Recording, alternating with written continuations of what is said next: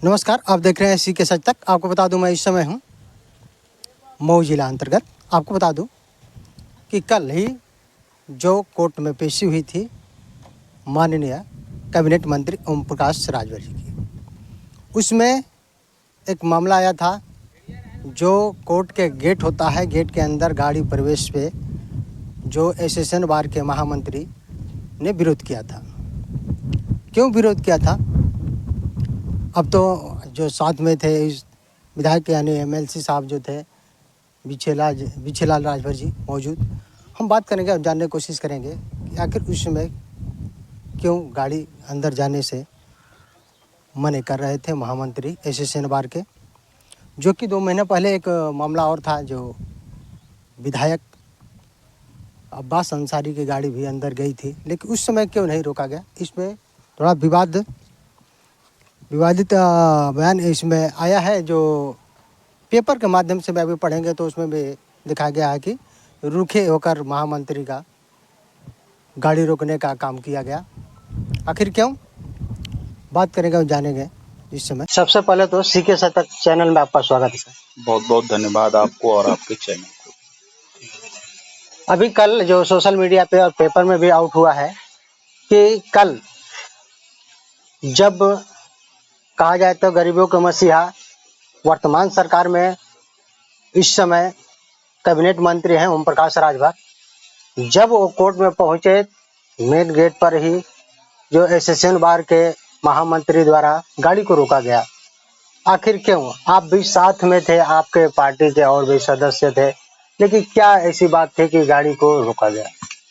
ऐसा कुछ नहीं है। जो आपने कहा गेट पर रोका गया, गेट पर गाड़ी नहीं रोकी गई। हाँ। प्रशासन के अनुमति से गाड़ी अंदर गई और अपने वकील के यहाँ माननीय मंत्री जी गए, वहां छोड़ दिए कैंपस में गाड़ी।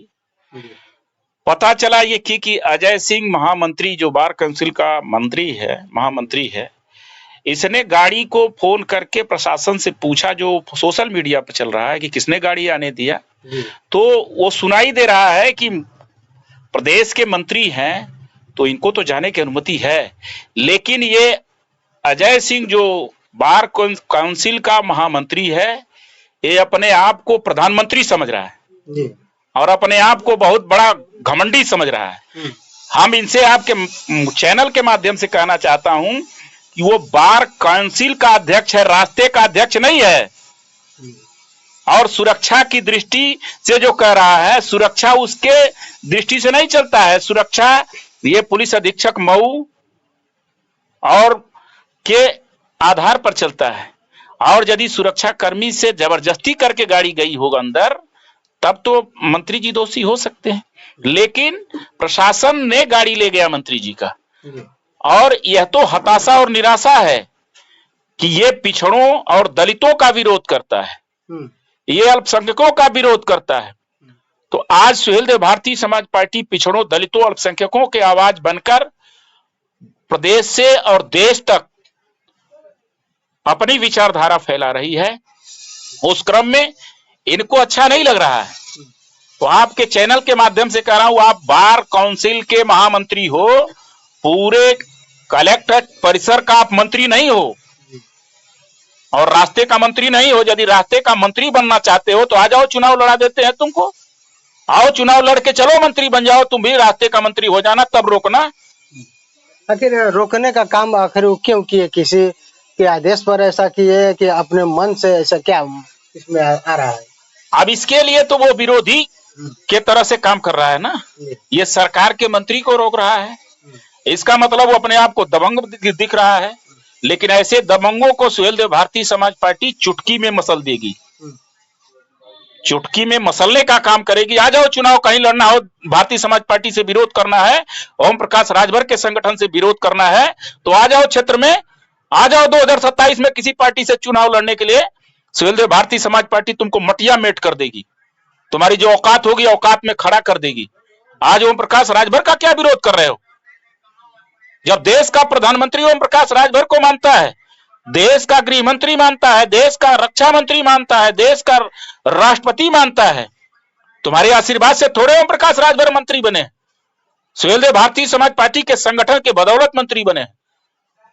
और तुम्हारी औकात है गाड़ी रोक दोगे? गाड़ी खड़ी रही परिसर में, तुम्हारे हटाने से थोड़े हट जाएगी गाड़ी। और आपके चैनल के माध्यम से मैं कह रहा हूं कि उससे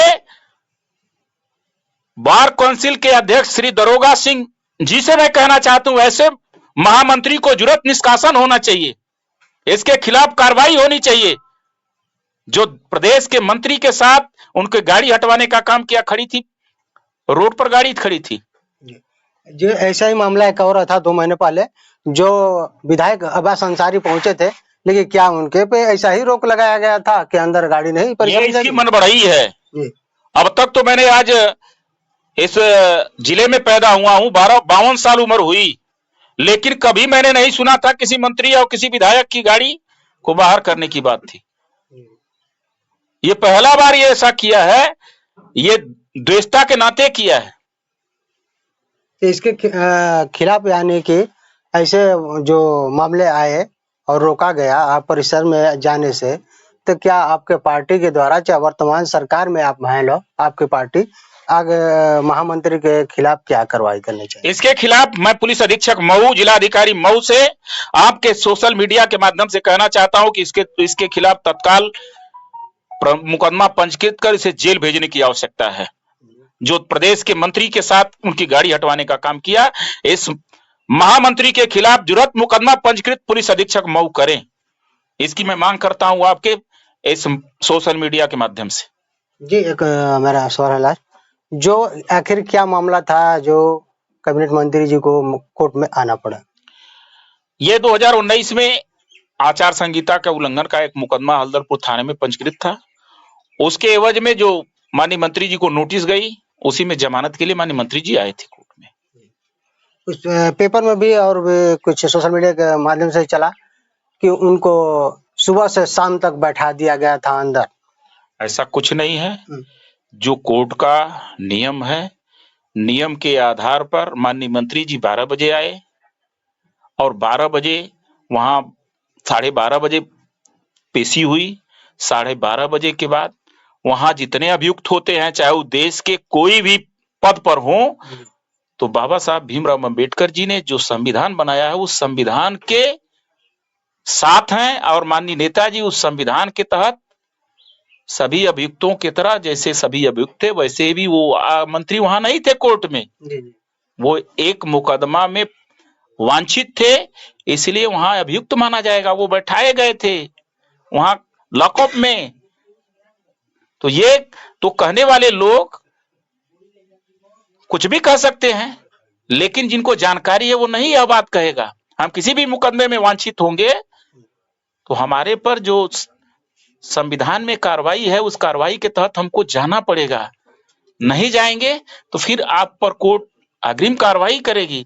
तो माननीय मंत्री जी कोर्ट का सम्मान करते हुए जो कोर्ट ने जारी किया था नोटिस, उस नोटिस का जवाब देने के लिए अपनी जमानत के लिए आए थे, न कि उनको बैठाया गया था, न किसी उनको कोई कैद किया था। जो संविधान की व्यवस्था है, जो कोर्ट का नियम कानून है, उसके नियम कानून के तहत वो बैठे थे वहां। जी, एक और